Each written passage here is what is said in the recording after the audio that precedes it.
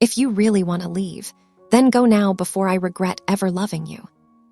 The dressing room door trembled as it slammed shut, the echo slicing through air thick with hairspray and stage sweat. Neon bulbs around the mirror flickered, reflecting Rose's pale face, her red lipstick stark against tear-glossed eyes. Outside, the roar of the audience still crashed like restless waves, unaware of the storm that had just exploded behind the velvet curtain. Bruno stood there, breathing hard, his leather jacket half open, his left hand clenched so tightly his knuckles turned white. He had always hated arguments, but he hated feeling mistrusted even more. And tonight, Rose had accused him of lying. "I saw it myself," Rose said, her voice trembling but firm. "That message, Bruno, don't pretend you're clueless." Bruno let out a short, bitter laugh. "You always believe fragments of a story instead of believing me." Rose turned her face away, catching the scent of the expensive perfume she had worn just for tonight. Tonight was supposed to be a celebration of their successful tour, a night meant to end in warm embraces, not words sharp as blades. She remembered how it all began, when Bruno first looked at her in the recording studio, that crooked, confident smile, and his odd habit of biting the tip of his thumb when nervous, even though he tried so hard to appear relaxed. Bruno was a man who could charm the world with his voice and charisma, but behind the spotlight he carried an ancient fear, abandonment. Rose knew that. She had seen him wake up in the middle of the night, gasping from nightmares about his father who had left without goodbye when he was just a boy. But tonight, all that empathy was buried beneath suspicion. "Do you think I'm not exhausted?" Bruno finally said, his voice lower now, more fragile. "I run from city to city, stage to stage, and the only thing that keeps me sane is you, and you're the one who doubts me." Rose let out a bitter laugh. "If I'm the only thing keeping you sane, then why are you hiding things from me?" Bruno walked closer, each step heavy. "Not everything you don't know is a betrayal. But a secret is still a secret." The words hung between them, cold and cutting. Rose grabbed her bag. Her fingers trembled as she slipped in her phone and car keys. She had a small habit when nervous, taking a deep breath and counting to 5. 1, 2, 3, but this time it wasn't enough. "I can't keep doing this," she said softly. "I love you, but I can't live in the shadow of doubt." Something collapsed inside Bruno's chest. The ego he had always worn like armor suddenly felt like a burden. He had believed that if he was successful enough, strong enough, stubborn enough, nothing could hurt him again. But seeing Rose standing there with a small suitcase in her hand, he realized there was something far more terrifying than failing on stage, losing the woman in front of him. "Are you really going to leave?" he asked, barely audible. Rose didn't answer. She simply walked toward the door. And time seemed to slow. Bruno moved before his thoughts could catch up. His hand reached for her wrist, not roughly, but with unmistakable desperation. He pulled her into his arms. Their bodies collided, breaths tangling. Rose could feel his heart pounding wildly against her chest, his hands, usually steady, now trembling against her back. "Don't go," he whispered, his voice breaking. "Losing you is more terrifying than losing the world." It wasn't a stage line. There was no audience, no microphone, just two souls stripped bare by emotion. Rose froze. She could smell the cinnamon scent of his cologne, feel the warmth of his body, hear the uneven rhythm of his heartbeat. Slowly, hesitantly, her arms lifted and finally wrapped around him. "I'm scared," she admitted in a whisper. "Scared that one day you'll wake up and realize I'm not enough." Bruno pulled back just enough to look into her tearful eyes. "You're the only thing that's enough." He took out his phone and opened the message that had sparked the fight. It was simply a conversation with his manager about planning a surprise birthday project for Rose, kept secret so it would be perfect. The misunderstanding now felt almost foolish, but the wound it had caused was painfully real. Rose covered her face, torn between embarrassment and relief. "I'm so stupid." "We're both stubborn," Bruno corrected gently. Outside, the music stopped. The audience erupted in applause, calling them back to the stage. But for the first time that night, the outside world felt distant. There was only the two of them, standing in a messy dressing room, their egos shattered, their love more honest than ever. Bruno wiped the tears from Rose's cheeks with his thumb. "We can fight. We can misunderstand each other, but don't ever leave without giving me a chance to fix it." Rose nodded. "And you don't hide your fears behind your strength anymore." She gave a small smile, touching his thumb as it unconsciously drifted toward his lips again, a nervous habit he could never hide. "That habit of yours, you can't fool me." Bruno let out a soft laugh, this time free of bitterness. He kissed her forehead, slow and deep, as if sealing a promise there. When they finally stepped out of the dressing room, their hands were tightly intertwined. Not because the world was waiting for them, but because they chose not to let go of each other.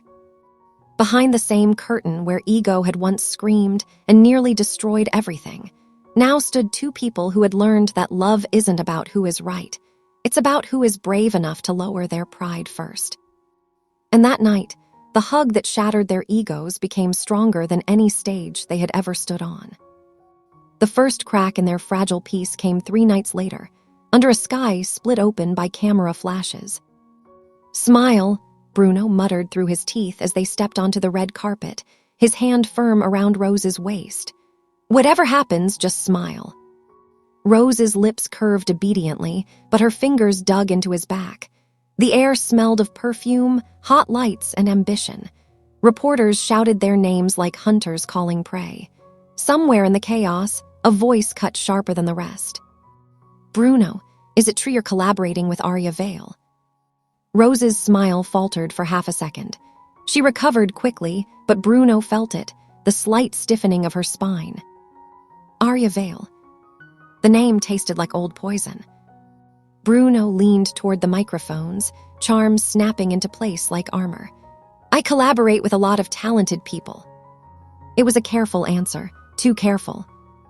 Rose didn't look at him until they were inside the car, the door slamming shut and sealing them into tense silence. "You didn't tell me," she said quietly. Bruno exhaled, "because it's not official." "But it's true. It's business." Rose's laugh was hollow. "It's always business until it becomes personal." Bruno's jaw tightened. "Not everything is a threat, Rose." "She is," Rose shot back. "Don't pretend you don't know that." Arya wasn't just another singer. She was Bruno's past, his former duet partner, rumored ex-lover, the woman tabloids once called his perfect match. Their chemistry had set stages on fire years ago, before Rose ever entered the picture. "That was years ago," Bruno snapped. "You think I'd risk us for nostalgia? I think you underestimate how powerful unfinished stories can be." The car fell silent except for the hum of the engine. Outside, the city blurred into streaks of neon and shadow. Bruno ran a hand through his hair, frustration simmering. "I chose you. Every single day I choose you. And yet you keep making choices without me." That hit deeper than she intended.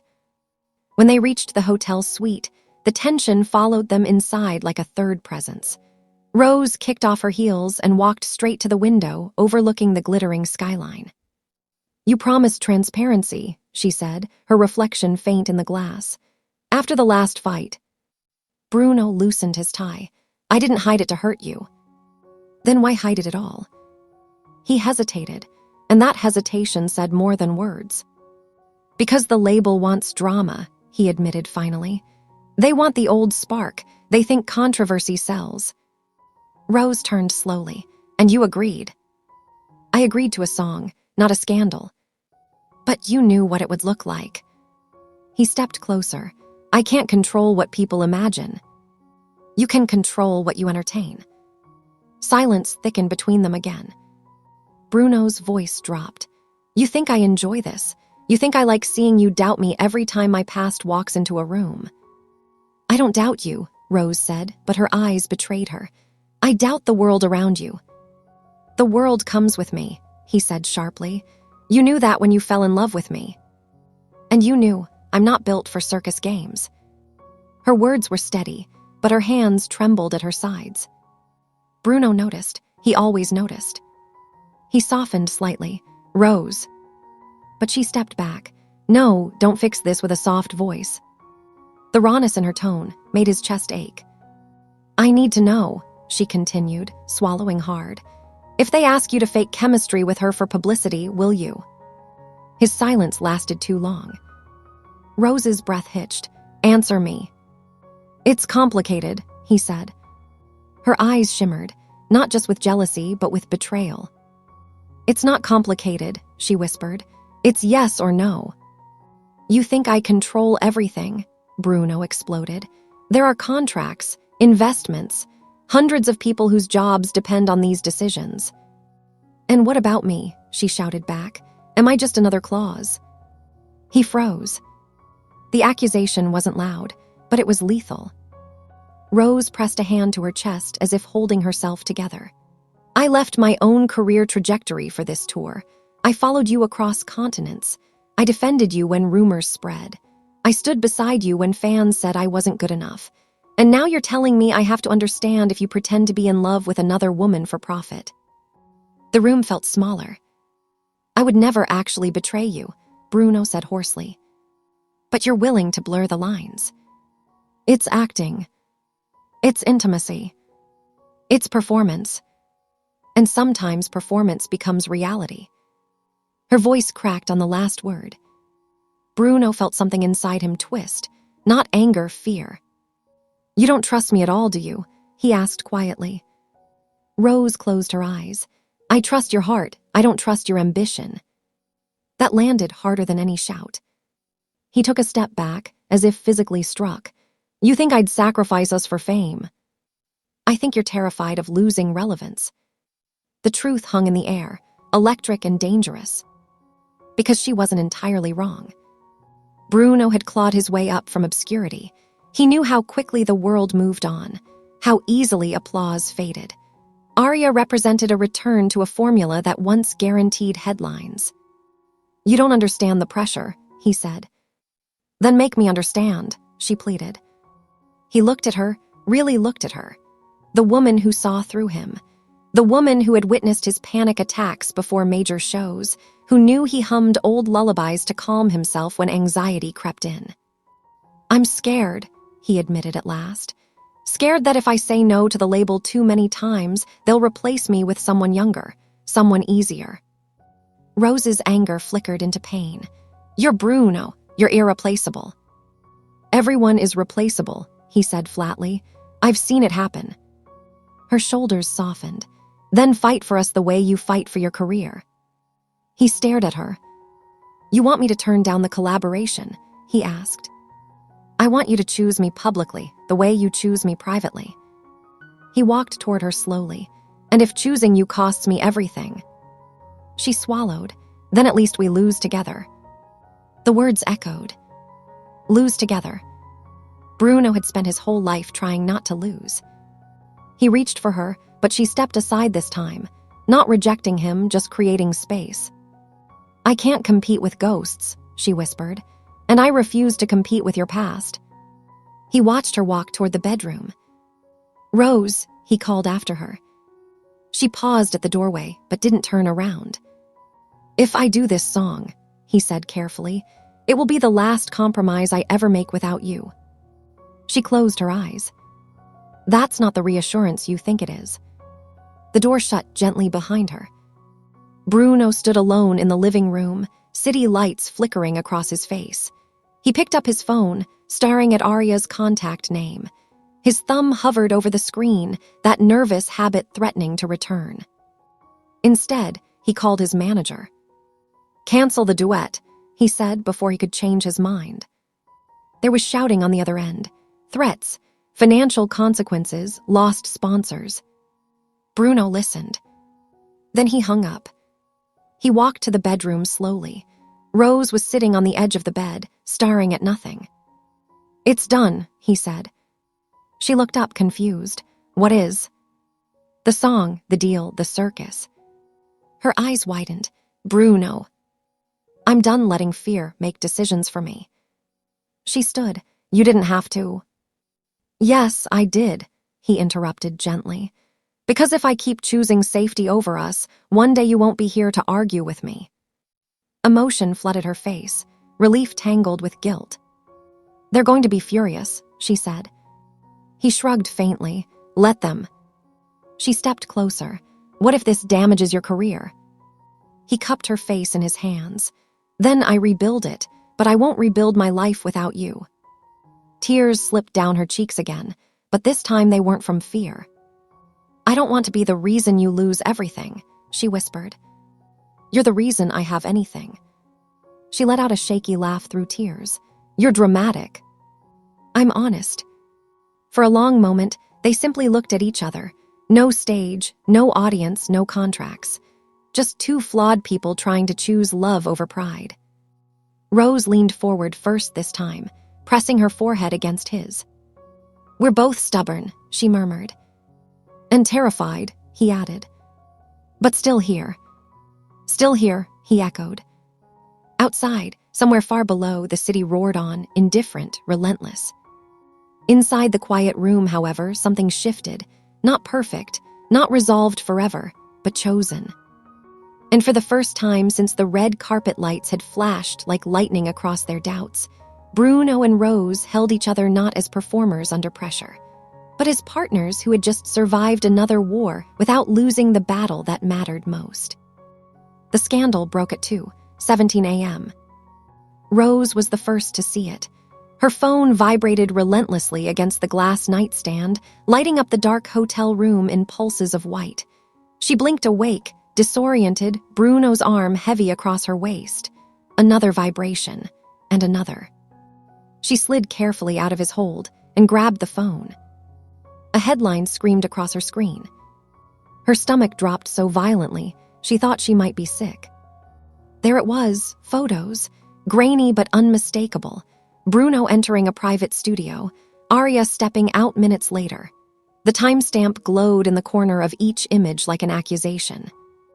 Rose's fingers trembled as she scrolled. The date was 2 nights ago. The night, he told her, he had canceled the duet. The room suddenly felt too small. Bruno stirred behind her. "What's wrong?" he mumbled. She didn't answer. She simply turned the phone toward him. He squinted at the screen, still half asleep. Then the color drained from his face. "What the hell?"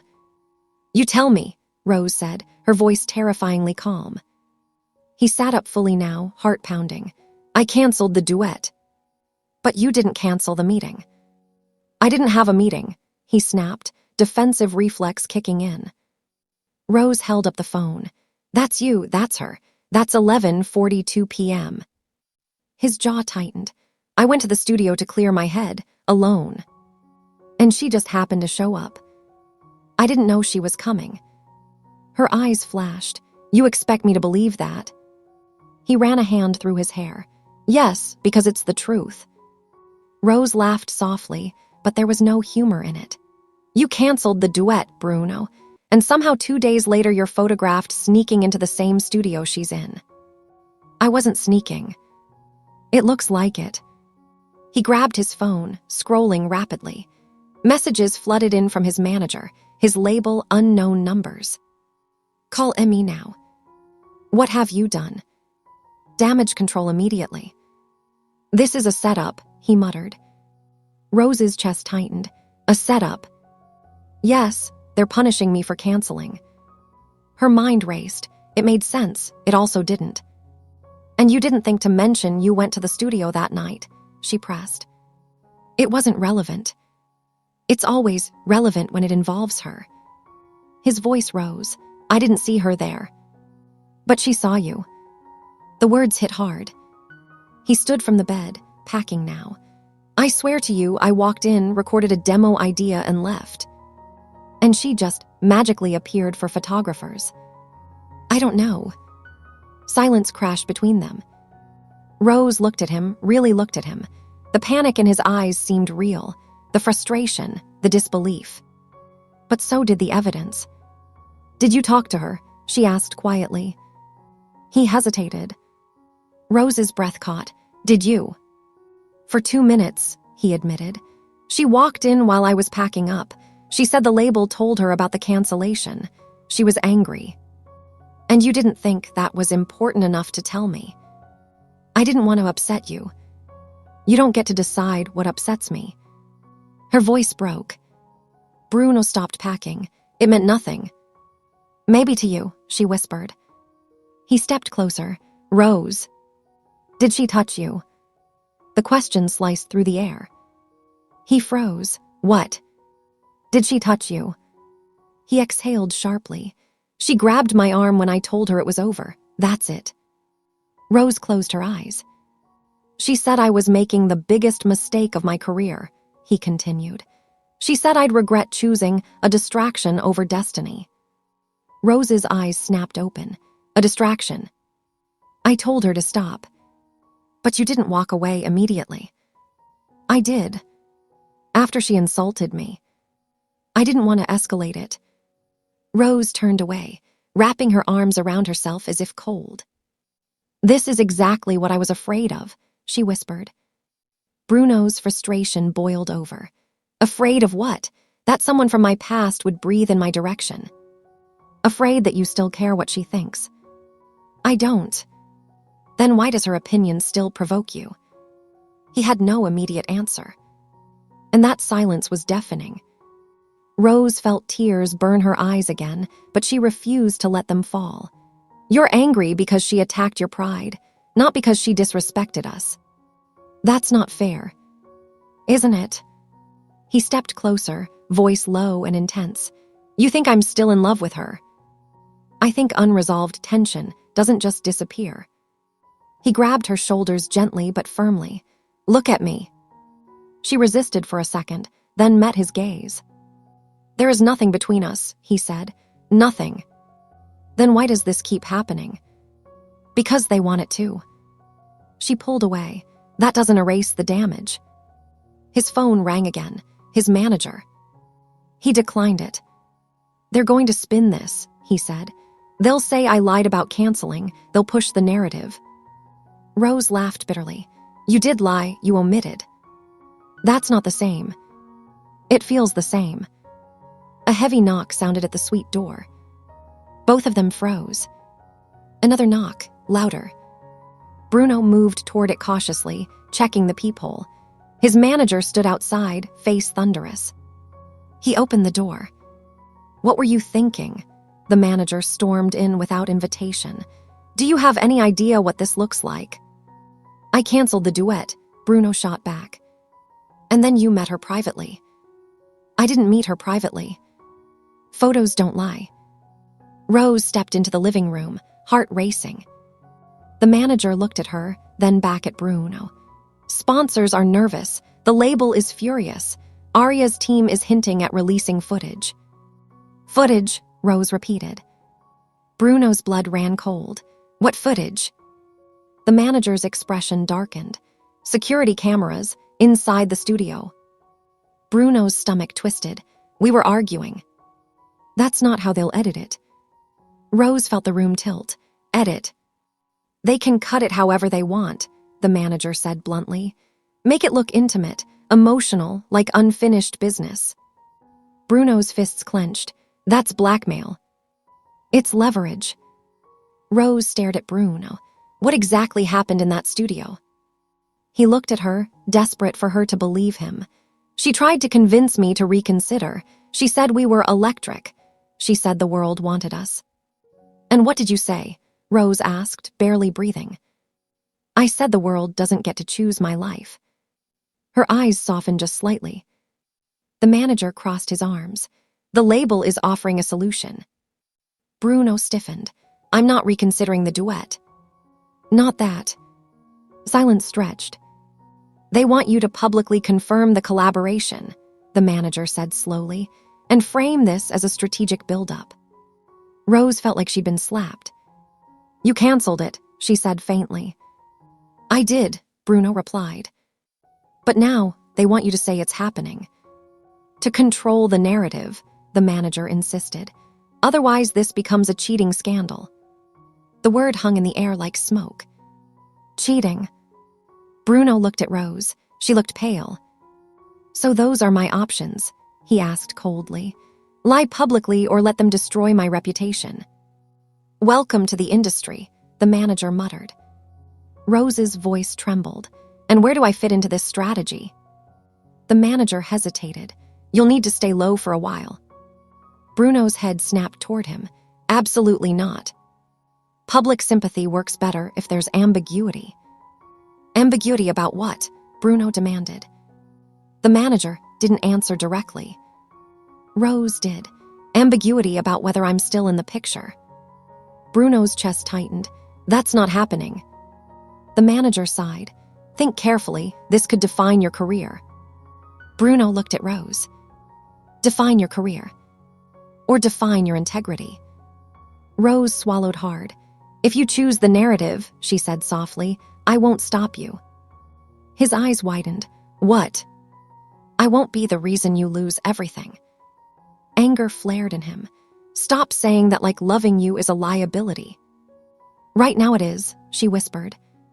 The manager checked his watch. I need an answer in an hour. He left. The door shut. Silence swallowed the room. Rose stared at the city outside. Maybe this is the cost, she said quietly. The cost of what? Being with someone the world thinks it owns. Bruno walked toward her slowly. Do you want to leave? She didn't answer immediately. I don't want to, she admitted, but I don't know how to survive this. He reached for her hand. She let him take it. I won't announce a fake collaboration, he said. I won't let them erase you. And if they release the footage, then we face it. Her voice cracked. What if it looks real? Then we tell the truth louder. She searched his face for doubt. She found fear, but she also found resolve. You're choosing me again, she whispered. I'm choosing us, he corrected. Tears slid down her cheeks, and this time he didn't wipe them away immediately. He let them fall, let the weight of everything settle between them. This is going to get ugly, she said. I know. They'll say horrible things about me. I'll stand beside you. They'll question your loyalty. I'll prove it. She stepped into him then, gripping his shirt tightly. Don't let me fight this alone. He wrapped his arms around her fiercely. Never. Outside, the city buzzed unaware. Inside, they stood on the edge of something explosive. Reputation, trust, love, all tangled together. And for the first time, the real battle wasn't between them. It was the world trying to tear them apart.